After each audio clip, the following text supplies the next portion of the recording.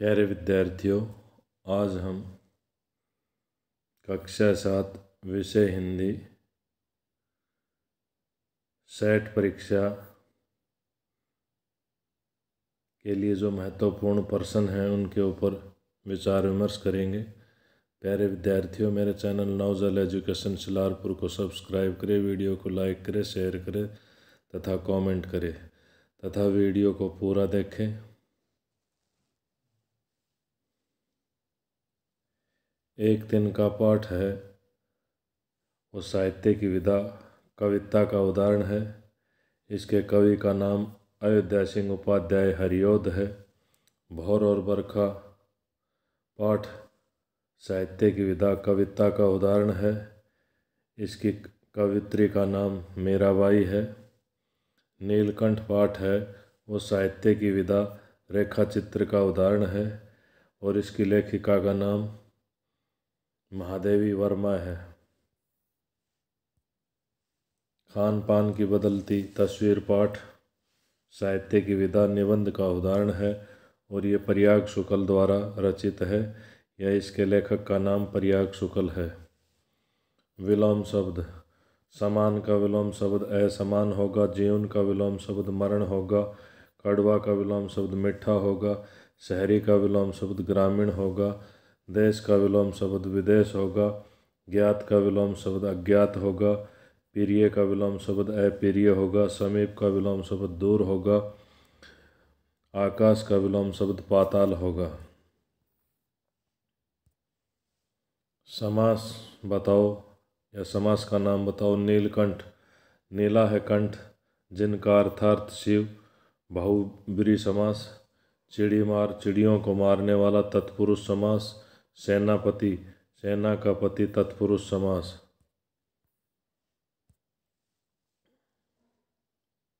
ढाबा संस्कृति कहाँ प्रचलित है? ढाबा संस्कृति उत्तर भारत में प्रचलित है। ढोकला और गाठिया व्यंजन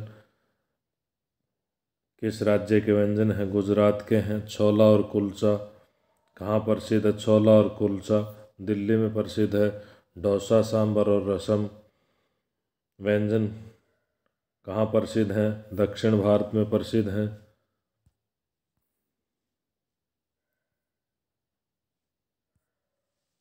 पुनरुक्त शब्दों को वाक्यों में प्रयोग करना है। धीरे धीरे धीरे धीरे महंगाई बढ़ रही है।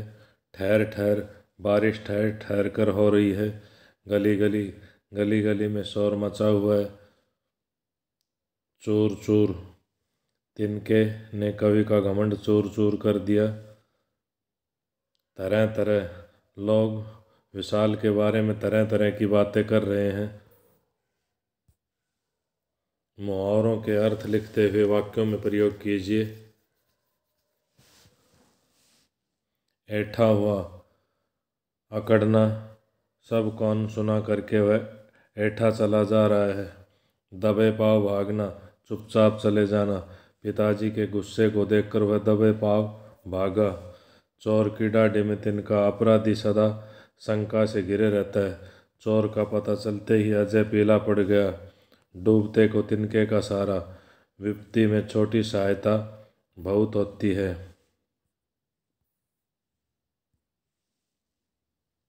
मुसीबत में थोड़ी सी सहायता डूबते को तिनके के सहारे के समान है। तीन तेरे होना, तितर बितर होना। भारतीय सैनिकों ने आतंकवादियों को तीन तेरे कर दिया।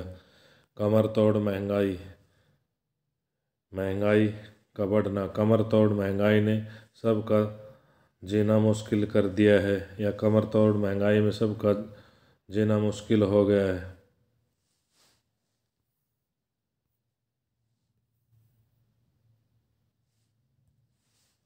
संधि विच्छेद करें। नवागंतुक, नव जमा आगंतुक। नीलाभ, नील जमा आभ। सिंहासन, सिंह जमा आसन। भाववाचक संज्ञाओं का निर्माण करें। कठिन से भाववाचक संज्ञा कठिनाई बनेगी। समीप शब्द से भाववाचक संज्ञा समीप्य बनेगी।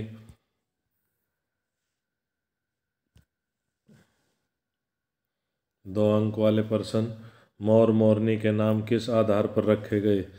नीलाभ, नीलाभ, ग्रीवा, अर्थात नीली गर्दन के कारण मोर का नाम नीलकंठ रखा गया।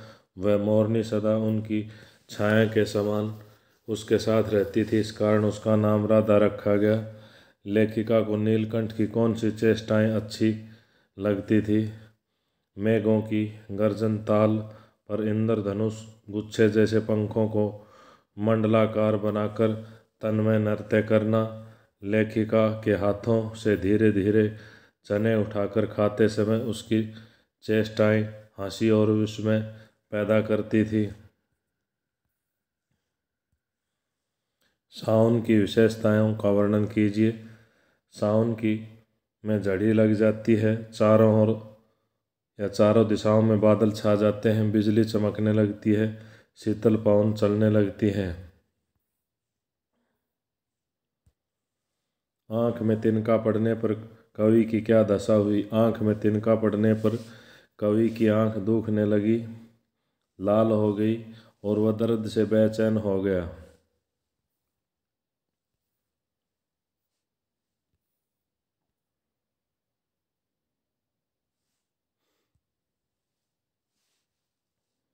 महत्वपूर्ण प्रश्न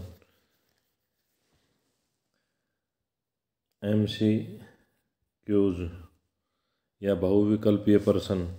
कवि अपने घर पर कहाँ खड़ा था? कवि अपने घर पर मुंडेरे पर खड़ा था। अचानक दूर से उड़ता हुआ क्या आया? अचानक दूर से उड़ता हुआ तिनका आया। मैं घमंडों में भरा हुआ मैं कौन है? मैं कवि है। कवि का घमंड किसने चूर चूर कर दिया? कवि का घमंड तिनके ने चूर चूर कर दिया। भौर और बरखा की कवियत्री का नाम मीराबाई। मीराबाई के प्रभु का नाम श्री कृष्ण। गोपियाँ क्या मत रही हैं? गोपियाँ दही मत रही हैं।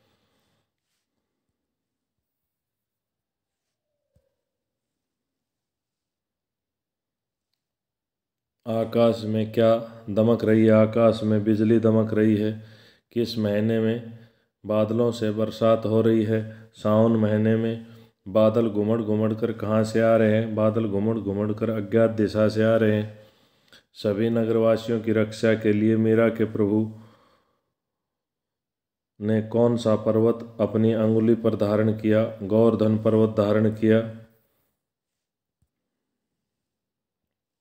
लेखिका की पालतू बिल्ली का नाम क्या था? चित्रा। नीलकंठ और राधा की सबसे प्रिय ऋतु कौन सी थी? सबसे प्रिय ऋतु वर्षा ऋतु थी। नई मोरनी का नाम क्या रखा गया? नई मोरनी का नाम कुब्जा रखा गया।